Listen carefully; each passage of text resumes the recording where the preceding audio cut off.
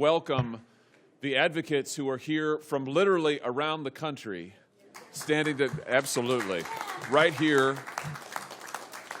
You know, standing just immediately to my right, to your left, are advocates from my home state of Missouri, from the St. Louis region. And one of them was just telling me, Don Chapman was just telling me that right here, I think it's important for us to understand this, right here represented in the room are people who have driven 37 hours to be here today. 37 hours, and they just had cancer treatments before they came here.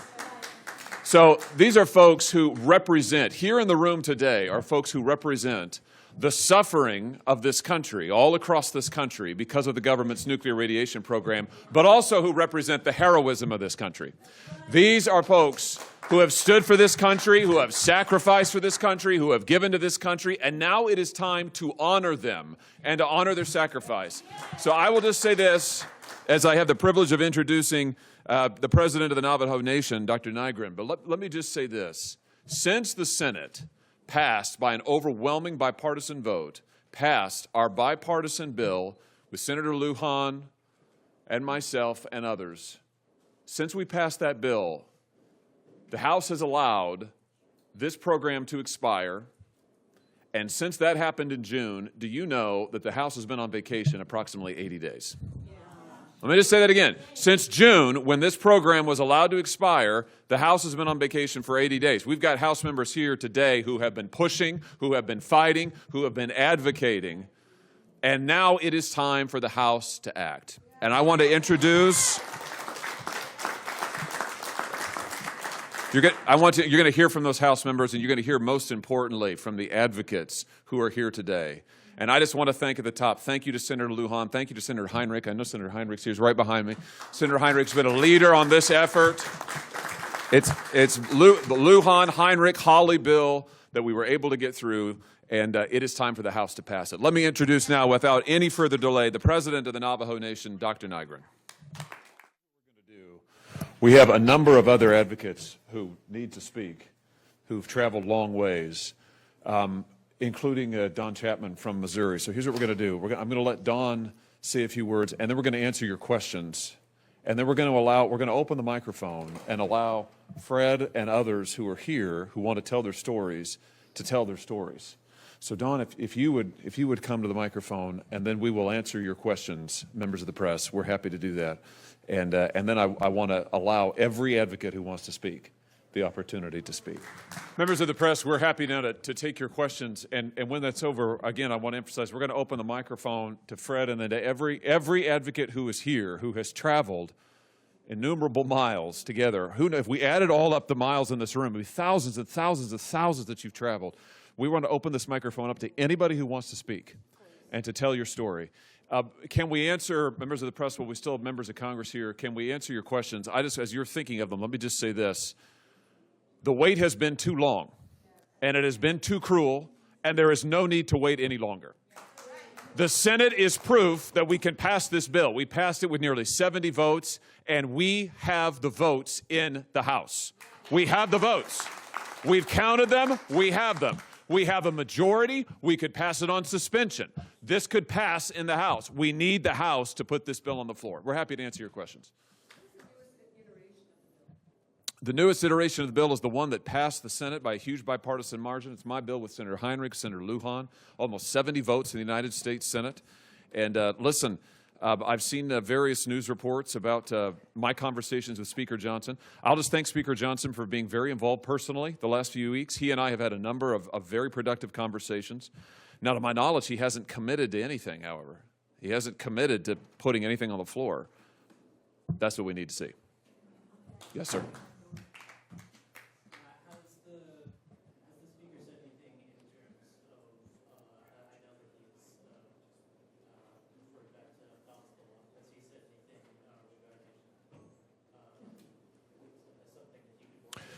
Listen, I think the question's about costs. Here, it's a couple of things. Number one, the cost has already been paid. It's been paid by the people in this room. You want to talk about the cost of chemotherapy, the cost of cancer, the cost of lost loved ones, the cost of burials, the cost of funerals. It has been paid by the people in this room. So the United States government owes a debt to the people in this room. That's what it's about. It's about discharging that debt. That's the truth, number one. Number two, there are numerous ways, and we have proposed them on a bipartisan basis to reduce the cost, including a spending cap, which is, I think, a fair proposal that many in this room are willing to consider. And I would just say that cost should be no barrier. There are numerous ways to get this done. I've had good conversations with the Speaker about this. I want to emphasize, I thank him for his engagement, and I hope now that we can reach a resolution and reach it very, very soon. Yes, ma'am. You said that the Speaker's not committed to anything. Not to me. Not to me. No, not to me. You guys can just shout them out. You're being really polite. Go ahead. Yeah, go ahead. Yeah. Listen, I will leave that to the Speaker, because at the end of the day, this is really a judgment that the Speaker has to make about what he's going to put on the floor. I want to emphasize again, the votes are there in the House. Not just a majority, I believe a 2/3 supermajority. I just remind my Republican colleagues, respectfully, I just remind them that if you go and look at a map and you look at the expansion that this bill would achieve, the justice this bill would achieve, most of the districts are actually Republican districts. So I don't really want to hear any more fussing from Republicans on the House about this bill. They benefit from it. Their people benefit from it. This should not be a partisan political issue. So my message is to the House, listen, you tell us the number that you want in order to pass this thing, but pass this thing. Let's not delay any longer. Let's not delay any longer. For heaven's sake. Other questions?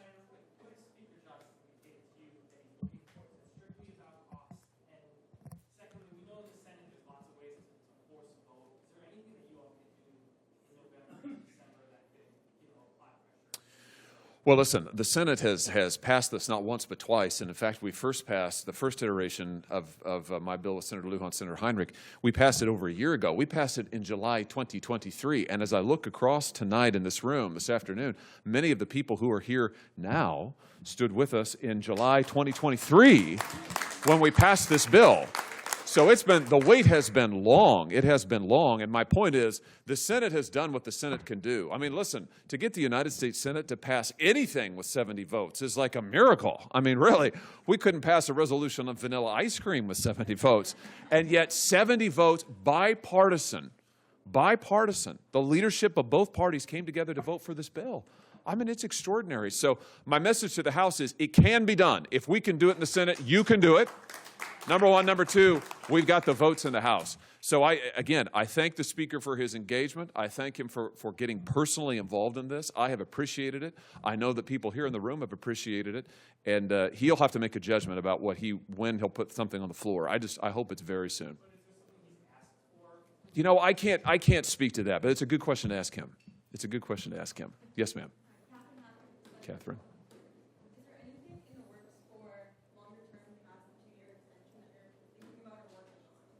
Well, listen, I think that this is the solution that we have offered. The bipartisan bill that we have written is the solution here long term. I mean, this is, and listen, I want to say this.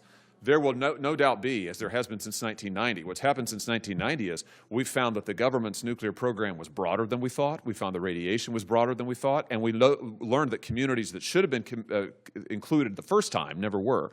So there will doubtless be, in the future, as we learn more, we'll probably find that, oh, there was more nuclear waste disposed of or improperly disposed of than we thought. But my point is, this bill is it's a strong bill.